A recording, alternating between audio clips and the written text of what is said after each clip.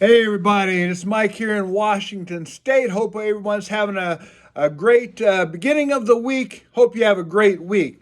I'm tapping in with you to give you an update on my testosterone journey. As you know, I'm 70 years old. I've never been to a doctor in my life.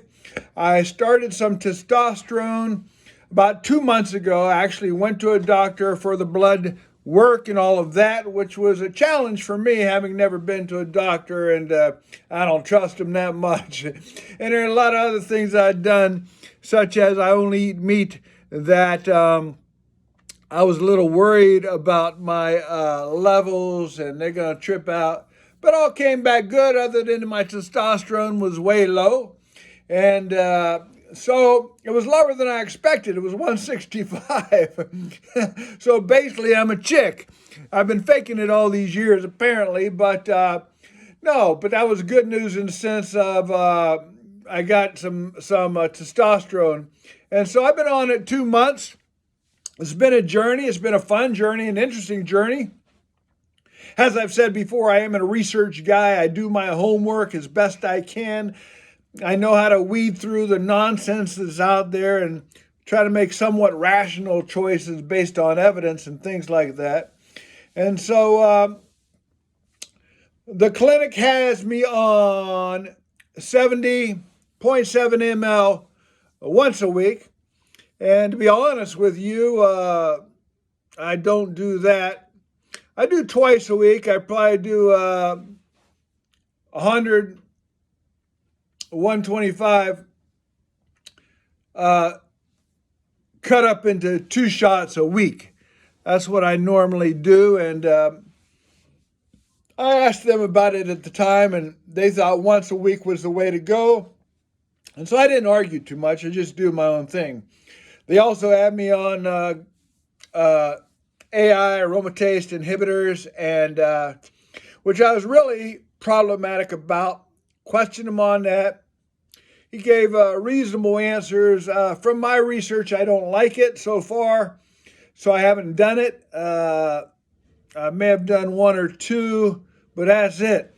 They want me to do it twice a week, small amounts, but yeah, I'm waiting to see what my levels look like, and then I'll worry about it. I haven't had any symptoms of any reason that I should be taking, having never gone to a doctor in 70 years, basically, or at least since I've been an adult, of course, other than some broken bones.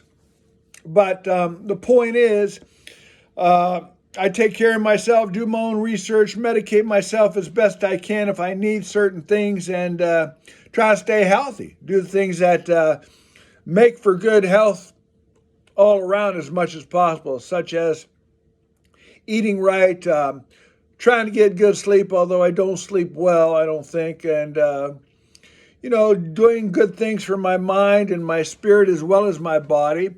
Exercise every day, non-negotiable. I don't miss. I lift weights. Lifting weights is essential, especially as we get older, I think, and just things like that. And so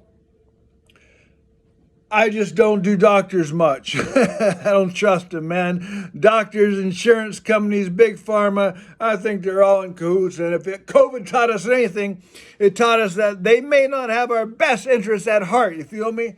So they put me on that AI, but I hadn't really done that. They also put me on that gonadorelin or whatever that's called. I've done a little bit of that, but not as much as they want. That's to keep younger men fertile, I think, and also to try to help your nuts from totally shrinking up. So I don't know.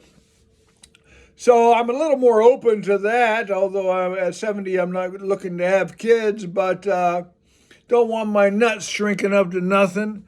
But I don't know that that's going to happen too much anyhow, unless you're doing a whole lot of testosterone and some other things along with it, which I'm not. My goal is 100% health oriented. Obviously, I'm not looking to become a bodybuilder or anything like that. But I think, especially as we get older, we lose testosterone. And so we should think about doing whatever we can do to get the hormones we need that makes men men. And so now, so far the benefits of my 2-month journey. By the way, I have another blood test coming up this week. It'll be my second one. And I'll be interested to see how my levels are shaping up. I expect my estrogen will be higher since my testosterone will be higher. But as I said, numbers are not the key, I don't think. They are something, but they're not everything. It's how one feels, and to me, that's always the answer. Everyone's got a theory on this and that. Everyone might have different experiences. So that's why I've always tested stuff on myself.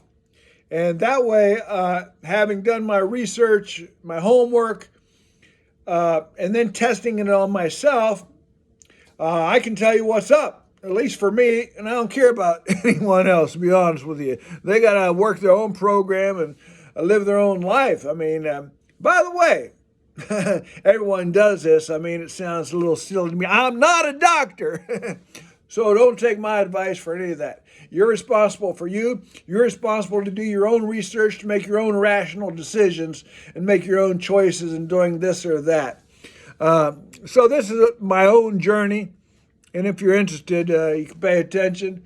You might learn something might benefit you or make you think about something, make you want to research something, make you want to try something on your own, but you're responsible for you. I have no medical degree. Okay. So that's where I'm at. I got my second blood test, as I said, coming in next Saturday. We'll see what's up. I think they got I'll be interested to see my red blood cell count. That seems to be a thing. But I expect some of these things to be elevated, but I don't expect them to be problematic, at least not right now from my perspective. But like I said, I'm not a doctor. I listen to what they have to say and their recommendations and all this. That, as I said, I haven't stuck with their program. I'm injecting twice a week, not once a week. I think 2 is probably better than 1. I've tried to keep a little track of things. I don't know how sound it is because they say you need more time. You need time for things to stable out until you can make a good decision. But I know my body pretty well, so I'm trying to see this dose as opposed to that dose. Even if different doses in the same week, can I tell a difference? It seems to me that I can somewhat. I could be tripping, it could be placebos and things like that, but who knows? I can only tell you what I experience and the frequency. So far, it seems to me that day one, if I do an injection in the morning, which I typically do, that day it'll be, it's pretty much the same. I wouldn't say it's the best day. I do think it takes time for things to start working in your system. So for me, the next day and the following day are the 2 best days. The first day is usually, you feel a little more up in here. You feel a little, I don't know what the right word is, up. Not like speed. Testosterone is never like speed or anything like that. But you do feel it a bit in your head. But I think that, as I said, second, third days for me are the best. By the 4th day, I'm starting to feel older again.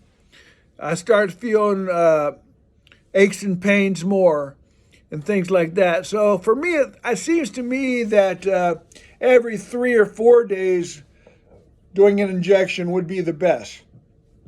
I've done as much as 0.8 and as little as 0.3. And for me, it looks like the good spot so far is around 0.5 or 0.6 ml. Although, hopefully, they'll give me more than their recommendation is so far. As I said, their recommendation is 0.7 once a week. I'm doing twice a week. I wouldn't be opposed to trying 0.7 twice a week. or something along those lines. I don't know that they'll do that. For these guys, I think it's a lot of what your numbers look like. I mean, these clinics are pretty much generic. There probably are good doctors in these clinics who know the nuances of testosterone hormone replacement. I do think that there are nuances to this. It's science, and it's also some other things, physiology, psychology involved. And although I don't think this is a blanket rule for everything, I think that men seem to respond differently. They say that about eating, but I don't believe that. I guarantee that if you eat carnivore, if you only eat meat for 30 days, it'll do certain things to you, good things. You do it for 90 days, you'll never go back because it'll be so off the charts. And I think that it will work for every single person who will work it. I don't know about that with these hormones because there's a lot of variables involved. There's the hormones themselves, there are the receptors, and there are other things that I don't know. So I'm open to the idea that we all respond differently with this science as well. So a good doctor, I think, would say they'll look at your numbers, but they'll also ask you how you're feeling. But I don't think that we as human beings, most of the time, are in a great place to even understand our feelings. I know this with food for a fact. You have to get off of sugar and all kind of other things before you're able to really understand your body. So at any rate, that's where I'm at. Next Saturday will be my blood test. We'll see what it says. We'll see what happens. I'll let you know what their recommendations are, and I'll let you know where I'm going to go from there. So how am I feeling? Overall, great. Maybe not great. Depends how you define great. But I'm certainly better than I was. I'm feeling good. I don't think I've got it dialed in quite yet. Like today, I'm feeling good. Yesterday, felt great. I injected Saturday, so Saturday, Sunday, Monday. So I'm on day 3, and I said day 3 is a good day. So I think tomorrow I'll start feeling aches and pains a little more, and as we go into the rest of the week, I'll start feeling tireder, for lack of a better word. I'm only going to do one injection this week, the one I did Saturday already, so that I go into my test a little lower than I probably am. Don't necessarily want to be real high because I'm only supposed to be doing 0.7 once a week, and I'm doing more than that, but not a whole lot more. I'm still within what I think are the parameters of health, even on the lower end of health. My guess is that all men will respond to 100 to 150 real well. But everyone's got to figure that out on their own, along with their doctor or whomever they're going to take advice from. So what's going good? Well, mental clarity is good. Mine's always pretty good, but I think it is better. Emotions are good. I'm always a chill guy. I never get too anxious or hyper about much of anything. As we get older, I think that we do get a little grumpier, grumpy old men. And I notice on day 4 and day 5, a little bit of that can start to creep in. But I've been dealing with stuff like that, just minor stuff, for a while, and I'm cognizant of it, and I correct it myself. When I catch it, try to catch it, and talk to myself. And I believe we have power to have a lot of results ourselves by the decisions we make and being conscious of them. Like going to the gym. I don't need motivation to go to the gym. I've already made a non-negotiable decision to go to the gym. So, that's what I'm going to do. And so I'm not tossed to and fro by a lot of things. But yeah, mental clarity is good. Strength-wise, not bad for 70, huh? Not bad for 70. There is a little more definition, I think, in the muscle. I am working probably a little more than I normally do. I don't work out hard, never did, but I'm faithful. And so, but I think testosterone gives you more. I don't know if energy is the right word. You can use that word. Somehow it makes you want to push a little more. So whatever you want to call it, I probably am doing more exercises than I was before testosterone. And like I said, I wasn't doing a whole lot. I mean, I'll do one or two body groups a day, and that's it. And I'll do minimal work. This past year, I tried not to lift as heavy and tried to do more reps, and I did that for the last year. I'm starting to lift a little more heavier by choice, but not too heavy. Also, I hate to admit it, I've eaten my first carb in 7 years. And there's a reason behind it. And I've had yams and rice, okay?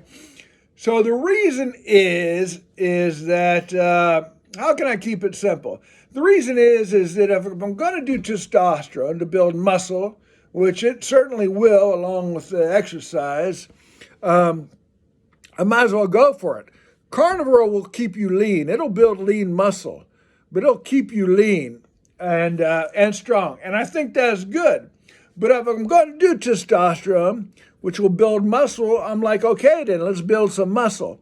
So I think the carbohydrates will help in the size of muscles a bit instead of just lean muscle. And I put on, 10 to 20 pounds off of the testosterone already.